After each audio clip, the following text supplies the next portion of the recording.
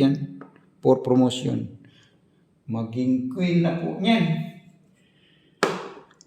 Pag ganyan, pag naging queen siya, wala naman siya matatakbuhan. Ay hindi siya mamati pag naging queen. Stalemate po niyan. Hindi pwedeng queen yan. White first movement block. Mate in 2 moves.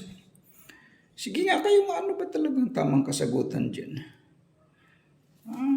Pa-forward itong white, papunta na, for promotion na itong pawn. Pa-forward, ganyan ang takbo.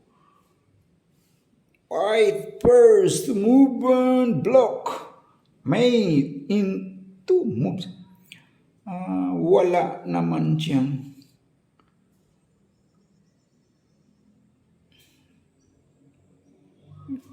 ito wala din, hindi mamati ng bishop.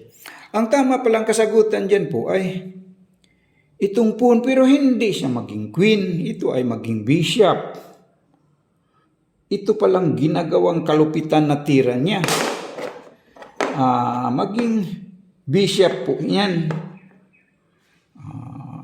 Kapag mag-move naman itong king dito, ma-checkmate naman siya dyan by bishop. Checkmate. Halimbawa dito naman siya tatakbo.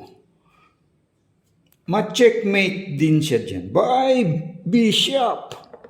So, that is the right move. Maraming salamat po sa mga lahat ng nag-view po. Libang-libang ulit tayo po sa pamamagitan ng pag-solve ng cheese puzzle. Thank you po.